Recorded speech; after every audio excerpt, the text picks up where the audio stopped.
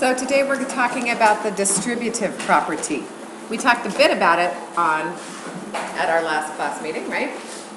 When we were covering all the properties of multiplication.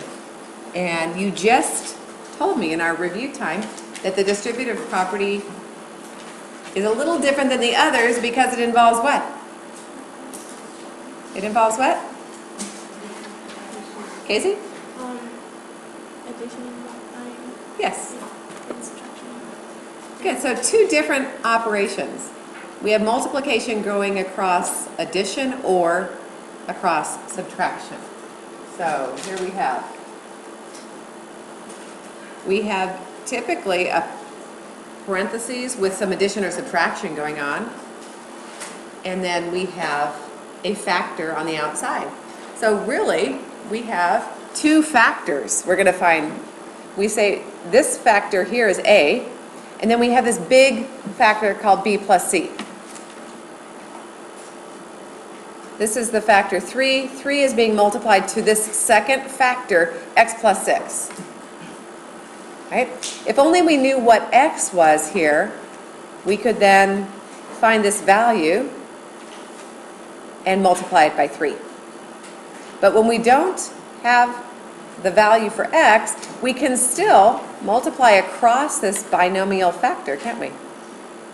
And we can show that using little arches that we've been used to using. So a times b plus a times c, right? Ends up looking like ab plus ac. So who can finish the second one? The actual numbers there, Sarah? 3x plus 3 times 6 is 18. Good. We can do the same thing with, let me cover this just a second. So we can do the same thing when we have the binomial factor first. Binomial means two, there's two terms there, right? We can multiply the little monomial factor that follows at a to each of these terms, b times a plus c times a. And we can call that, b times a plus c times a. Or we could even reverse them, ab plus ac. So let's try that with just a little different way of looking at it, isn't it?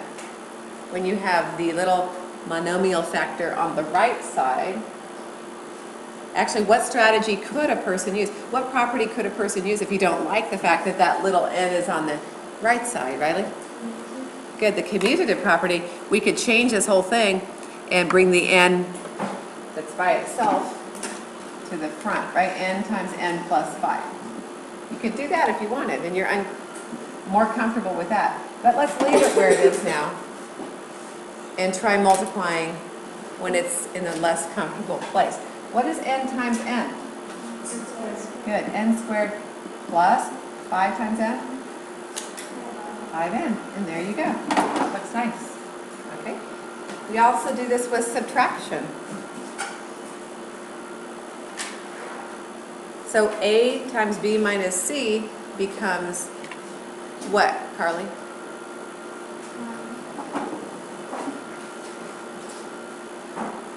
What is that? What is a times b? AB. And then we have a subtraction side, right? And then a times c is ac. So ab minus ac. Could a person change the subtraction to adding the opposite? You could. And then you would just keep track of your negatives, right? Let's go ahead and try this sample C here. And then we'll read it together. Are you ready? 3, 2, 1. Y squared minus 12y. Good. Minus 12y. Of course, we could switch these two, right? We could put the little monomial factor, single term here, on the right side. And we could do the same in our sample. And so when we do, what do we get? Lauren? We get BA minus Good, BA minus CA. There you go. Try that one. 8 minus X times 9.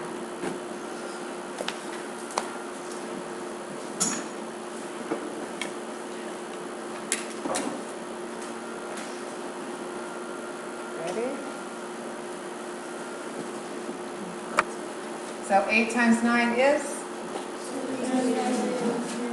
Minus. X times 9 is?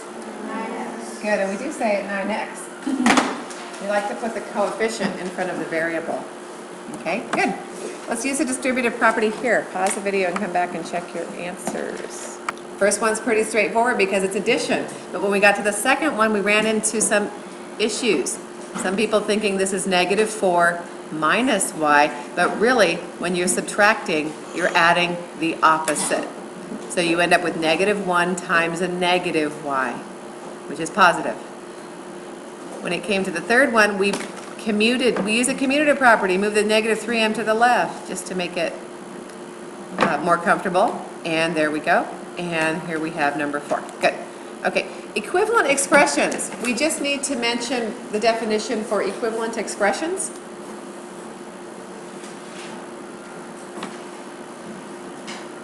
They are expressions which are equal. I don't know, it's a pretty straightforward thing, isn't it? But it's how we move away from expressions and we move into equations, right? Two statements that have the same value. So this year being an Algebra 1 year, we're really going to be using tons of variables and figuring out how to graph things with lots of variables. So this day is important because we need to agree on the terms, the words, the vocabulary that we use for complicated expressions. So the first one is coefficient. I just used that word when Jimena was working on that last problem. I said instead of putting 1n, you could just put what? N. You could drop the coefficient. And so the coefficient there was the what? 1. The number 1. So it is the number that's the part of a term that has a variable. It's 7y. In 7y, the coefficient is what? 7. It's the little number that's being multiplied to the variable. So in a term, 7y, we have this operation multiplication going on of a constant 7 times a variable y. Terms. I've used that word many times with you, terms. Over here, who can give me a term on this page here? Sabrina. She says 2x. 2x is a term, right. And next to it we have another term, which is 6. So these are things that are being what? What's this operation here? Added. Same thing over here. Look at this one. This is a little complicated, the one Alana did. The first term is what? Negative 3m squared. It's a pretty complicated term that's being added to 15m. 15m, a second term, okay? So our definition for term is a part of expression that's being added to another part. Now, when we have subtraction, we're simply adding the opposite, remember? So we don't really have subtraction, we only have addition. We have addition of positives and we have addition of negatives. In this is a 3-term polynomial. Who can list the terms for us? The first term here would be what, Izzy? Good, negative 6y. I don't know what I have under here. The second term is what, Brandon? 3. Or negative.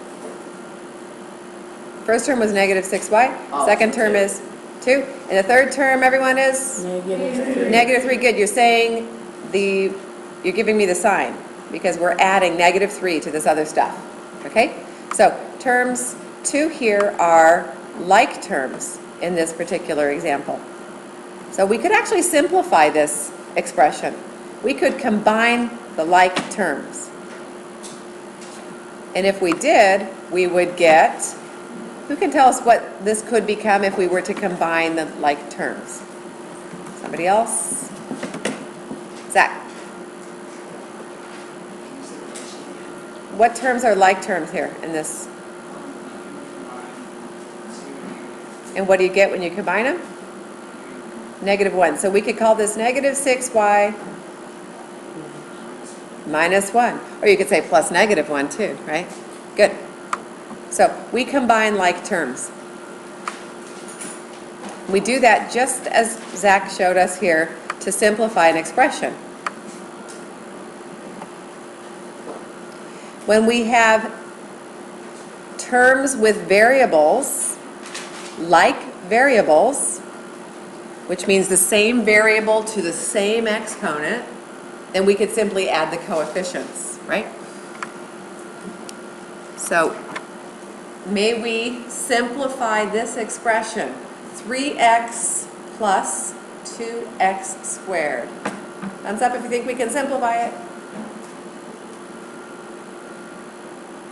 I see a thumb down. Why are we not able to simplify this at all, Brandon? Because one is an exponent. Good, so we have 3x and then we have 2x squareds. They are not the same variable, are they? It's like having, literally, it's like having 3 cats and 2 dogs. Now they have this thing in common, they're both animals, right? So they're x's. Last year I used, maybe with you guys, I used the Apple products as a way to think about this. Oh, yeah. It's like I have 3 iPhones, right? Let's call an X an iPhone, and then 2 iPads, X squared. I mean, they're kind of related, they're both Apple products, but they're not the same thing. We can't say that we can combine these and call it 5 of anything. They're different things, 3 iPhones and 2 iPads, okay? But they're different. How about here? Can we combine this? 3x plus 4y. Can we do that? No. What would be the number one error somebody would tell me this is? 3x plus 4y is? 7xy. That's right, 7xy. Think about what a person's doing there. They're adding 3 plus 4, right? But then all of a sudden they're multiplying x times y. And is there any multiplication between these two terms at all? No. No, but you can understand how they're trying to group it up somehow. But these are not combinable, not simplifiable at all. So we're going to take down this really long expression, and then we're going to identify these 4 things. So pause the video, take it down, and see if you can identify terms, the like terms, coefficients, and any constants. Who thinks you have a list of terms here? How about Katie? Give us a term, Katie. Maybe, Good. And then the next one? 2x, 2x. There's a term. Good. And the next one? 5, And the next? 11x, And 4. actually, that's a Maybe y. y. Sorry. Okay. So very good. We have 1, 2, 3, 4, 5 terms. They're just all of those things that are being added together. Now, which of these are like terms? Who can give us the first? Emily.